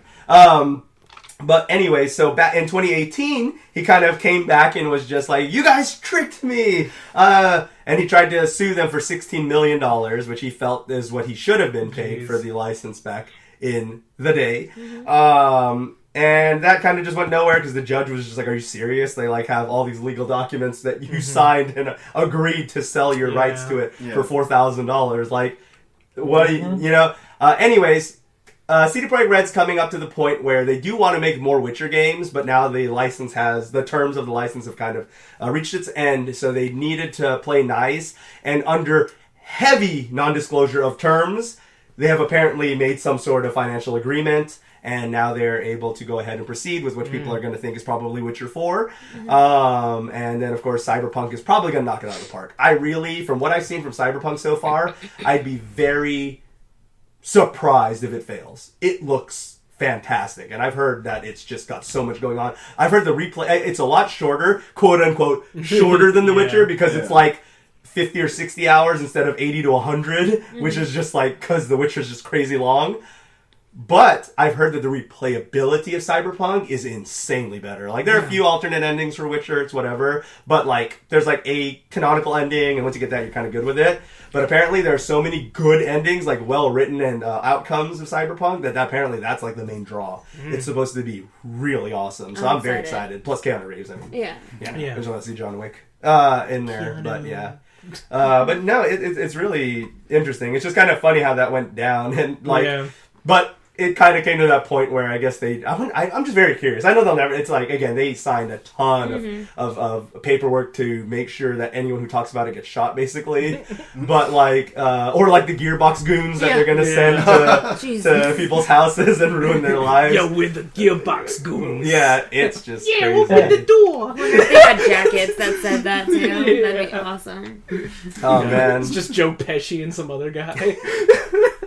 Did you, EyeQ, did you hear about the whole kerfuffle with Gearbox and when they sent goons to a guy's house? Nah, I have not. Alright, so... That's insane, though. Yeah. So, you gotta... Yeah, exactly. So, try to think of, like, this guy's shoes. So, there was a YouTuber, I forgot what his name is already, but very prominent YouTuber, one of Gearbox's biggest influencers because he loves Borderlands to death. And he was very excited because Borderlands 3 wasn't even officially out yet. It had barely been announced around this time. Or you know, now there weren't much details on it. And it had been in development for a while. Well, Gearbox did a big reveal Twitch stream to kind of give out some details.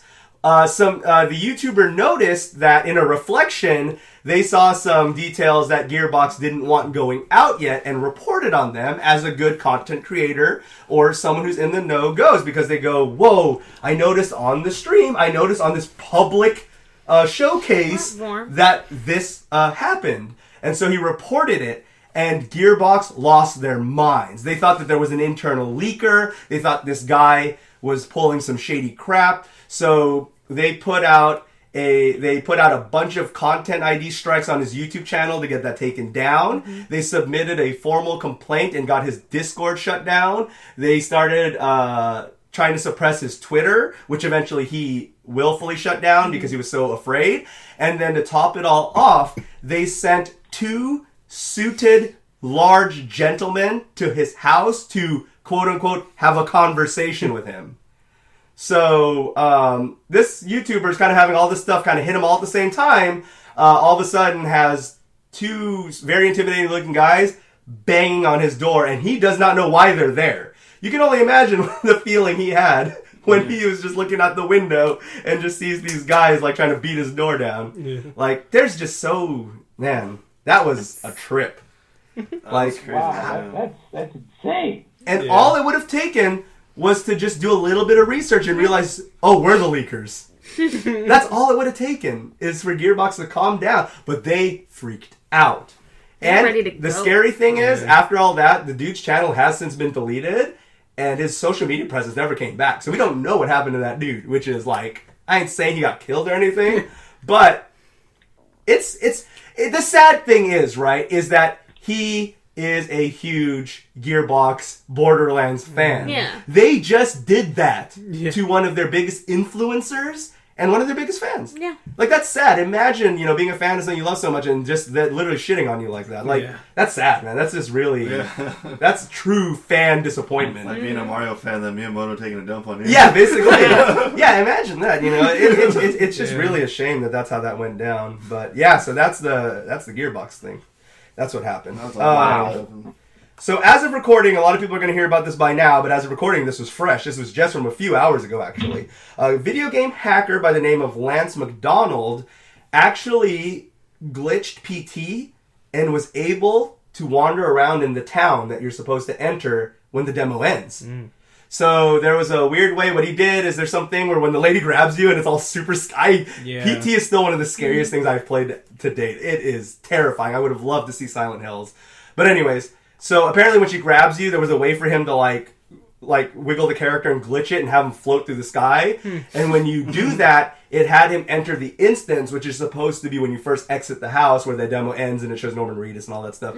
And he was able to wander around. There was no real mobs or anything. But you got to see like the way it was lit, the way everything was like positioned with the abandoned neighborhood, houses, a couple of cars just loose. The atmosphere was there. It makes me even more annoyed that Konami has just stopped being a game company, basically, and ruined what sounded so cool. Like, PT or Silent Hills just seemed like it was going to be awesome. And Resident Evil proved that even if your franchise isn't even geared towards doing a first-person game, if you can do it well, it's not a bad medium. Like, Resident Evil 7 was great. It was nowhere near what I'd ever expect from a Resident Evil game in the traditional sense, but it was damn scary. And in VR, I was only able to play for a couple of seconds. That when the first guy goes to the door and chases you, I already gave up. I tore that headset off and I said, fuck this. I can already not do regular horror. VR horror is, I don't understand how people do that. Like the fact that Five Nights at Freddy's like VR and stuff like that, I can't. It's super scary. Some people tell me that, Five Nights at Freddy's is just like such a basic horror game because it is just jump scares, but especially in first person, I can only imagine. That's awful. That's awful. Terrible. Five Nights in VR? Yeah. You actually have a scary VR thing set. about Five Nights. Yeah, right? No kidding. Is all the lore around it. Yeah, that is one thing I'll definitely give Five Nights at Freddy's. The lore's pretty awesome. Yeah. A lot of the fanfics aside, just the official canonical lore, it's such a cool idea. So good. And especially as someone who really enjoyed going to Chuck E. Cheese when I was younger, before like all the ball pits were filled with needles and hobos just lived in the back of the machines now. I used to enjoy. I know the secret to the skee ball machine. I used to enjoy it, and the fact that it made something like what was basically a Chuck E. Cheese so scary was just like crazy. And the fact that you're just this dude that's doing a temp job that you don't even care about. You're just this, at least in the first game. I know it changed later on, but it changes. But you're pretty much the same character as someone who just part timer doesn't care. It's just there. You're just the same guy. Like, why do I keep this job? Yeah, all right. Imagine every single time, but yeah, no. Five Nights VR.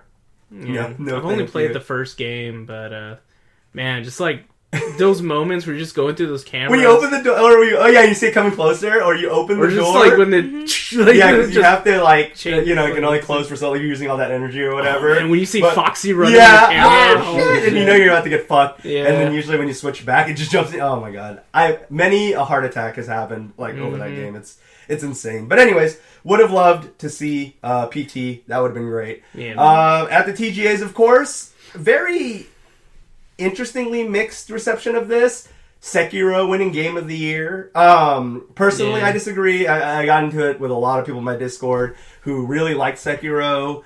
For some reason, when you say something isn't the best, people all of a sudden assume you hate it, which is It's the funniest. That always happens to me online where I just go, all I said was I didn't think Sekiro was Game of the Year. I didn't say it was shitty. I didn't say it wasn't a contender. I didn't say any of that. All I said is I disagree with it because I think Disco Elysium or Outer Worlds should have won Game of the Year. Mm-hmm. Guess what? That's just my opinion. But so many people were just like, Sekiro was good. Sekiro was good. And I'm like, hold on. Let me scroll back. Where did I say it was bad? Yeah. I just said Game of the Year, weird choice. Yeah. Like, I am glad, like many people, that Death Stranding didn't just win it due to hype, which Death Stranding is apparently a pretty fine game. I think I'd like it. It's a weird game that I think I'd enjoy, because I like weird games. But I would have also been annoyed if it won Game of the Year, because I felt like that would have been mostly hype, especially with the mix Metacritic in the Western world. In Japan, it got like perfect scores, but here in the West, they got very mixed reviews. What did you guys think? We'll do a roundtable. Daniel, did you have a personal game that you played this year that you felt should have been, or maybe one that you think could have been a Game of the Year contender? Or me personally, no. A lot of the games that I've played this year were honestly disappointing. It's a shame that the world we live in now. A lot of my stuff was indie stuff, but that's why, for me, I already said about Outer Worlds and Disco Elysium. So RPG Man over here, got to choose that. Josh, did you have a game you played this year that, or you think Sekiro's fine as Game of the Year? I mean, I liked Sekiro, but I don't really agree with it being Game of the Year. Right? Like, yeah. Sadly, this year, most of the games that I played from this year were around the first quarter.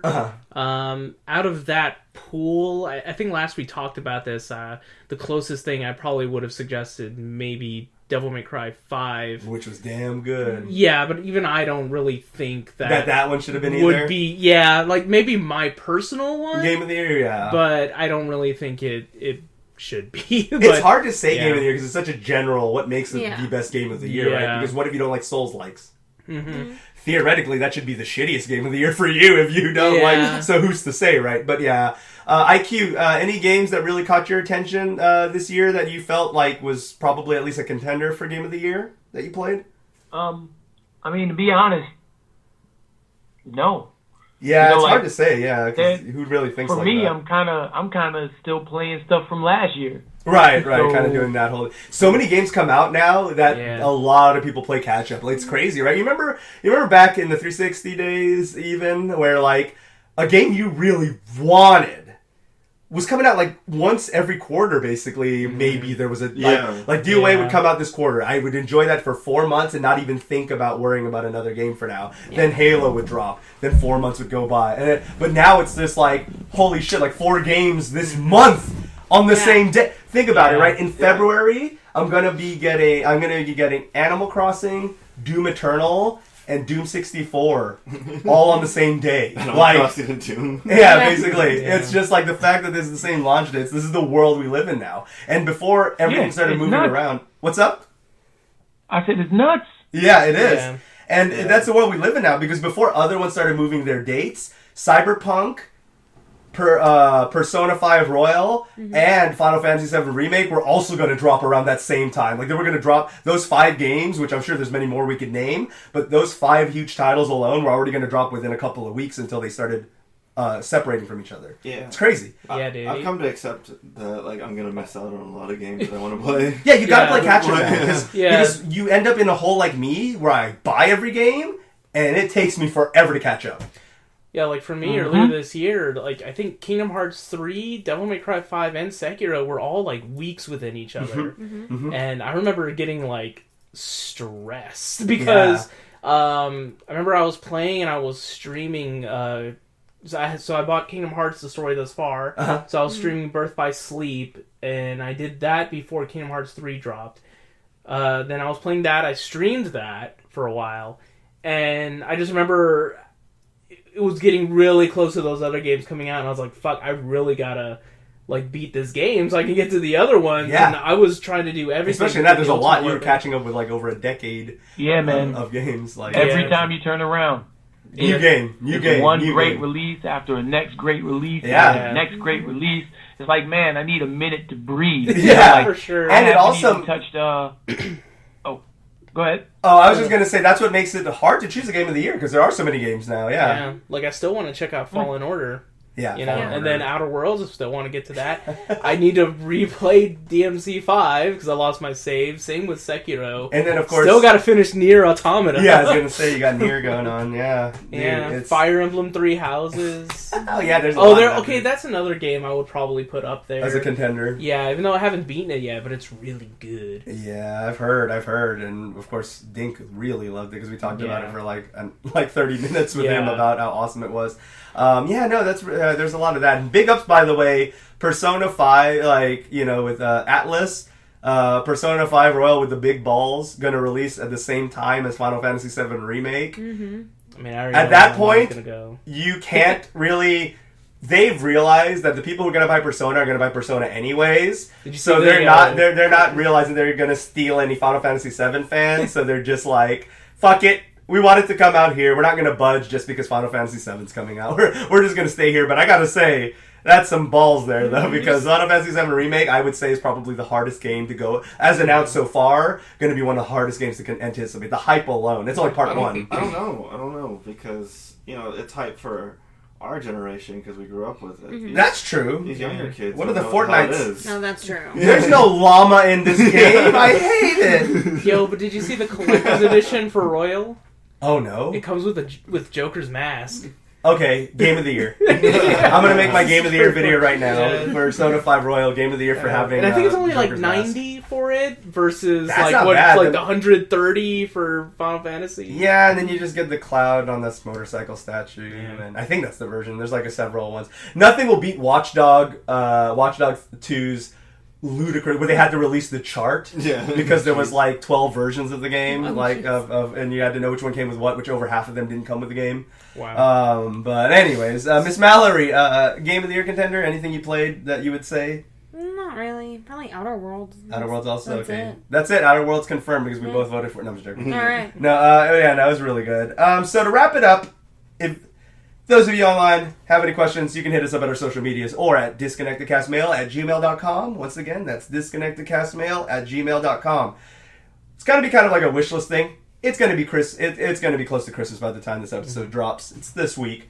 Merry Christmas. Happy holidays, everybody, by the way. Happy holidays. But what do you... I'm going to go last just because I don't want to cheat and be like that guy because I already premeditated mine, so, you know. Going around, what do you want to see most? Because next gen has all this crazy promises. Solid state drives, ray tracing, supposedly up to 8K rendering, uncapped frame rates. Yeah. All this crazy shit that we all know already isn't really going to be delivered. What PS4 and Xbox One promised so much shit that it still hasn't delivered, you know? It's just the nature of the marketing game. But that being said, what's a reasonable thing you want from this upcoming generation? EyeQ, what do you want coming out from the new PS5 and Xbox? Like, what is there coming? Like that, a simple thing you could just really ask for that you feel they could just go ahead and deliver. True backwards compatibility. Yes. There you go. That's a great wish, and I really hope PlayStation 5 can have a more fleshed out one than what they're kind of hinting at, because they're more covering their butts legally than anything, because they still haven't really said how much of the library will be, but they have just said it's not going to be literally every game. But we remember that with Xbox 360, Xbox One, you don't care if Sneak King is available to be backwards compatible as much as I'd like to. But anyways, Daniel, what do you think that they can definitely deliver that you want to see from this upcoming generation? 100% crossplay. That would be fantastic. That'd be good. That'd be a great gaming world we live in. Backwards compatibility, crossplay. I'm already liking this. Mr. Josh, what do you want? Sony better get their shit straight about that HDCP bullshit. Ah, yes.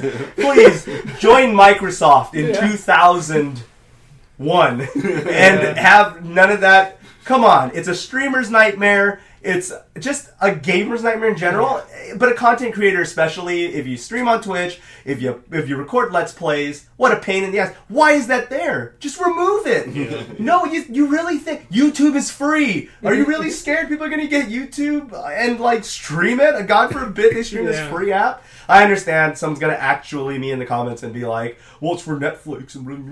Well, then have it so Netflix fucks off when it don't do the whole system turns off the screen. there's a better way around it. Xbox has more than proven it's possible. Oh yeah, no. Like many things. I love how the Xbox One does. I'm liking this wish list. This is a good wish list. Mallory, don't let us down now. What do you want to see from this upcoming generation that you think they could realistically deliver? There's no excuse that they just can't deliver. Great list. I just wanted good list. We're still here, everybody. Just so Yeah. everyone I'm knows. No pressure. Right? Like, Everyone's thought everybody already everyone's said thought all the things I wanted. I'm so proud of everybody for thinking of something. I was really because it's a loaded question, but so far, No, I had the answer right away. yeah, so far we're batting 3 of 3. Those are all great requests that I would be disappointed if those weren't all there. I think they all should be. This is that generation where there's no excuse anymore. like, I mean, I have to say all three of what was said is probably the best things I could hope for. Because, I mean, 100% crossplay. I don't want to have to keep switching between buying games on my Xbox and my PC. Yeah, get your platform of choice and just be able to play with your friends still. I mean, I already have it downloaded to my PC, but I can't play Ori's and the Blind Thank you, in the Black Forest. Right? Okay. I can't play Ori's on my Xbox because it's downloaded to my PC, and I don't have all of that, you know?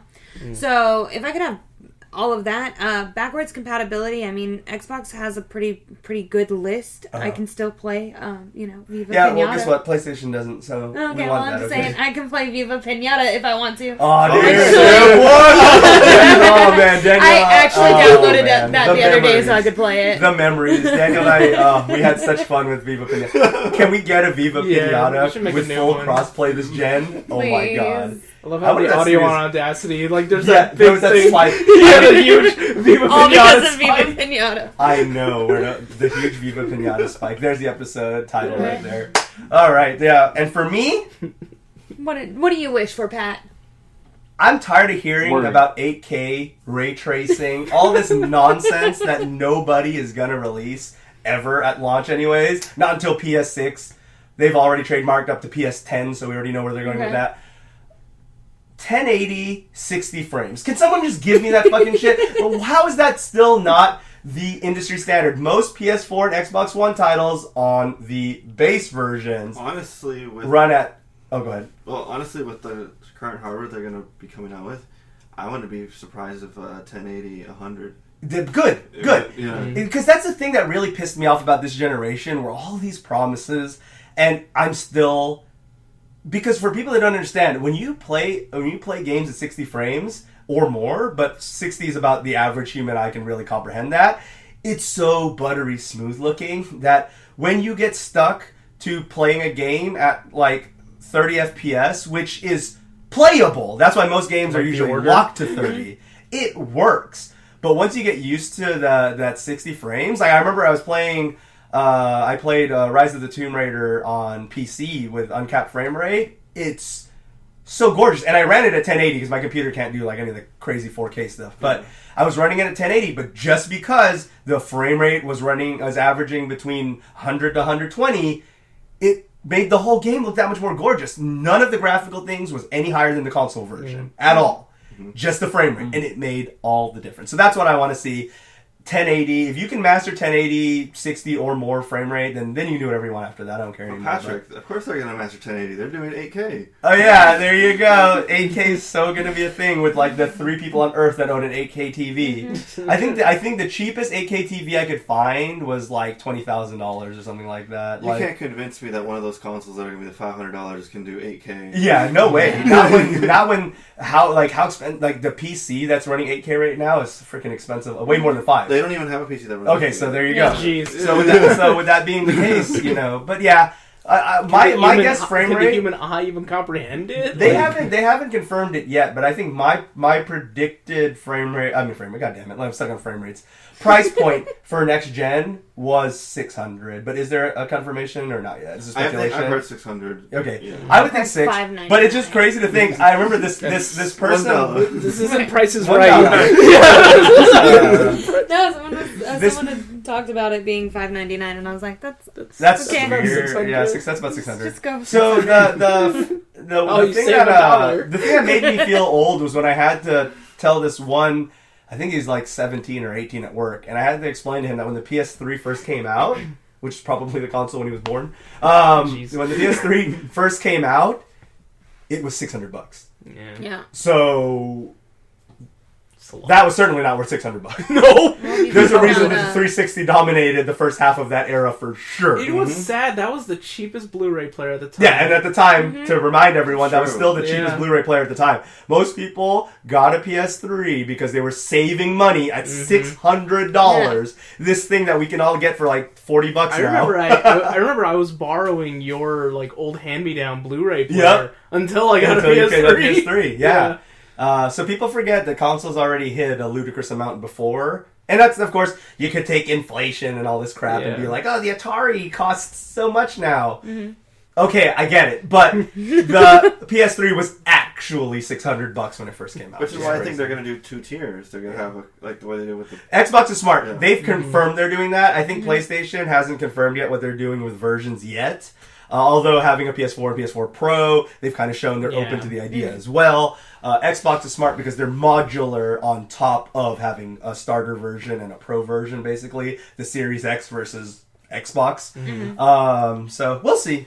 Yeah. But it's very interesting, but yeah. Okay, so what I want to know from everybody here, right, with all of these remakes and things happening, what remake would you like to see happen, like, you know, that hasn't been announced, that's not coming along, but you'd love to see it be made? All right, go ahead, Josh. You already popped off. Go. Legend of Dragoon. That's a great choice. Yeah. Daniel? The original Splinter Cell trilogy. Ooh, that would be great. That deserves it. Mallory? You guys already know mine. Silent Hill. Oh, okay. Hey, good choice. Good wish. Impossible, but good wish. And EyeQ, what about you, man? Oh, man, I got 2, actually. Secret of Evermore. Nice. Ooh, that's a pull. That's good. That's a good one. That is, and that's niche. Yep. Like a real remake of Chrono Trigger. Fuck yeah. Yeah. That would be my second choice, mainly because I would worry how they might handle it, but the thing is, Legend of Dragoon was such a sleeper cult hit. It was. That is when I would want to see actually get some love. Just get some love. But Chrono Trigger is probably like my all-time favorite game. It's so good. It's a great game. Yeah. Those are good man, choices, like they're dropping the ball. Yeah. The 25th anniversary is coming up. You know, they are dropping the ball. Yeah. Oh my god, I would love to see that. All right, you guys ready to see a bunch of walking emojis because of the answer I'm about to give? You want to see a bunch of people posting the walking emoji out of the room emoji? Final Fantasy VIII proper remake. I want to see that. Should give it that Final Fantasy VII treatment. That Final Fantasy VIII, one of the most hated on Final Fantasies. Everybody's a hater. I definitely would love to see a proper, like, you know, where you see Squall's face. The remastered version's a little bit better. Has a few quirks, but it's a little bit. I want to see a proper Final Fantasy VII caliber remake. That Final Fantasy VII, man, it blew me away. Like, I was never a fan of 7. I just remember Vincent always talking about it. And I just remember playing 7, and I was like, "This is good." I don't understand the hype. This is good. Yeah, that's the thing with 7 to me is I still, to this day, like, I love it. I just replayed it, and it's a great game. I don't understand why. For me... No, fundamentally, it's a great game. Yeah, absolutely. For me, my 8 bias aside, I would say objectively, I think 9 is contender for one of the best ones. Nine's just so damn solid. Like, it's so well rounded. I just rebought it on Switch. Like, there's that. Like, it's just one of those things where it's just. I just really like that game. Like I said, bias aside, because I can get why some people may have not been too into 8. The junction system, I don't think it's that complicated. For some reason, people really hate it, but it's just different. The narrative may not be for everybody if you're not into high school dramas that are like, basically, that's what's going on there, saving the world out of a high school drama. Really, my only complaint with 9 is how scarce and expensive ethers were, and how shitty Phoenix Downs are. Right.